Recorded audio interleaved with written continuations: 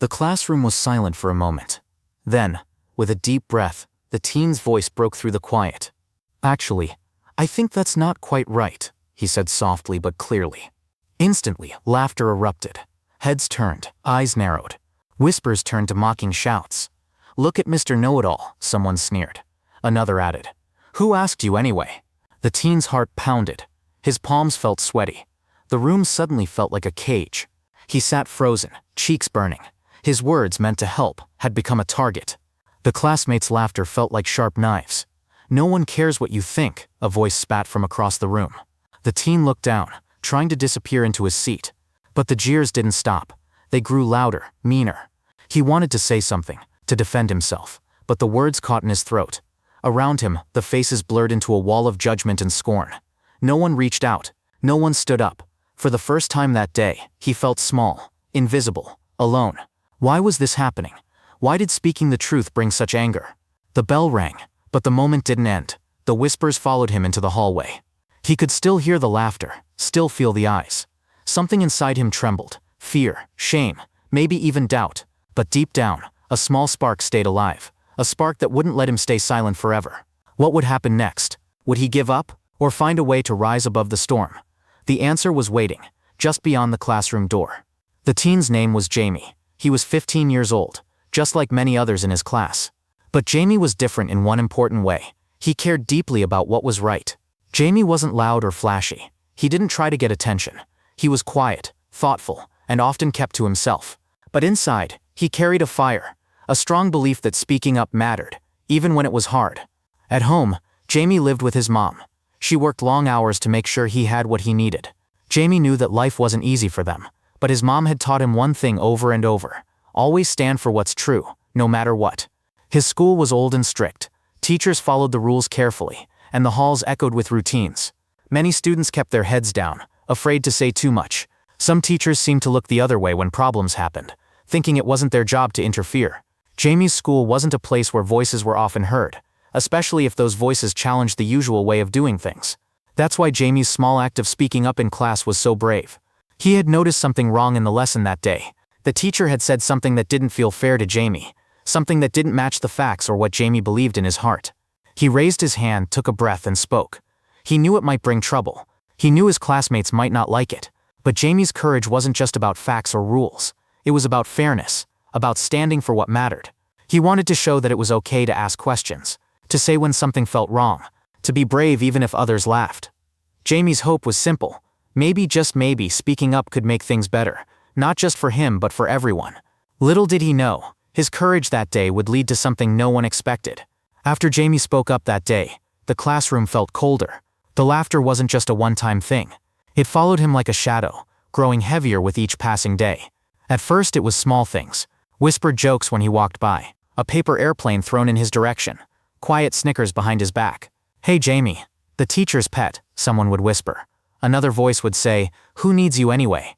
He tried to ignore it, tried to tell himself it didn't matter. But every word cut deeper than he wanted to admit. Then the teasing got louder. In the cafeteria, some kids would refuse to sit with him. In the hallways, groups would close ranks as he passed, blocking his way. One day, someone wrote mean things on his locker, words that stung more than any slap. "Go away," the note said. "No one wants you here." Jaime felt the weight of all those words. He wanted to cry, but he didn't. He told himself he was stronger than that he had to be. Some days he tried to talk to a teacher, but they would shrug or say, "Kids will be kids." That only made him feel more alone.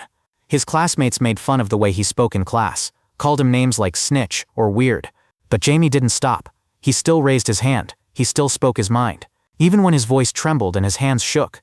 Sometimes he wished he could disappear. Sometimes he felt like giving up. But deep inside, something kept pushing him forward. His mom's words echoed in his mind. Stand for what's true, no matter what. One afternoon, as Jaime walked home alone, a group of boys blocked his path. "Why don't you just shut up for once?" one sneered. Jaime's heart pounded. He looked down and whispered, "I can't." That small answer surprised even himself. Because even when the world seemed against him, Jaime held on to a quiet strength. A strength no teasing or bullying could break. And still, he didn't know how far his courage would take him. What he did know was this: speaking up was just the beginning. Not everyone ignored what was happening to Jaime. One teacher, Ms. Carter, had noticed the way the other students treated him. She saw the way their eyes followed him with quiet cruelty. She heard the whispers, the jokes, the cruel laughter. Miss Carter was kind.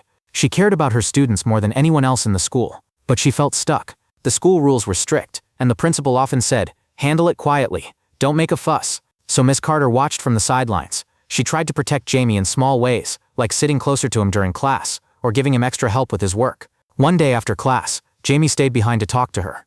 "Miss Carter," he said softly, "I don't know how much longer I can keep this up." She looked at him with sadness in her eyes. "I know it's hard, Jaime, but you're stronger than you think." Jaime nodded but didn't feel stronger. He wanted to believe her, but the bullying didn't stop. At home, his little sister, Emily, tried to cheer him up. "You're brave," she said one night, hugging him tight. "But it hurts," Jaime whispered. Emily didn't say much after that. She just stayed close. Still, the bullying followed him everywhere. In school, in his mind, in his dreams. Even with a few kind words and small gestures, Jaime felt very alone. But something inside was changing. The pain made him tougher. The loneliness made him more determined.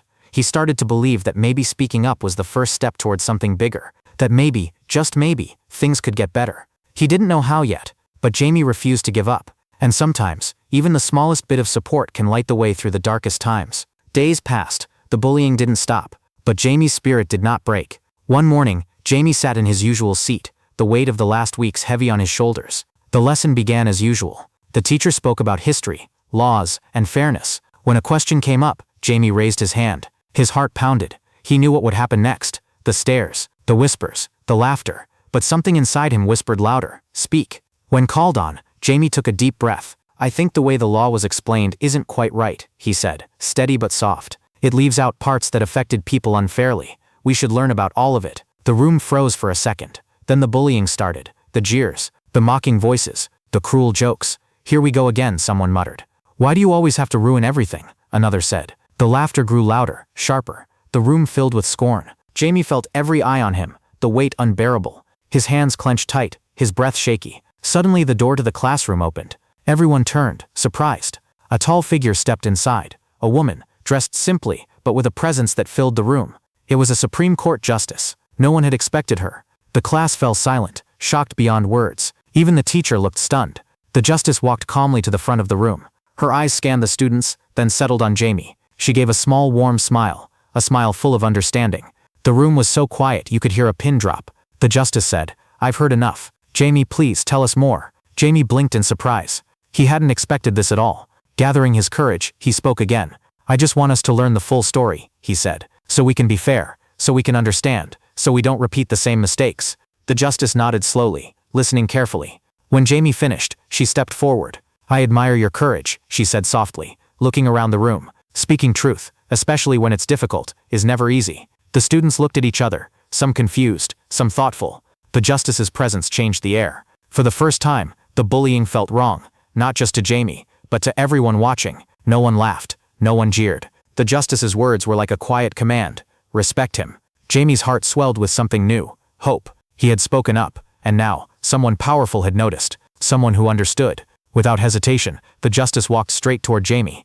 The room held its breath. Then, gently, she wrapped her arms around him in a warm hug.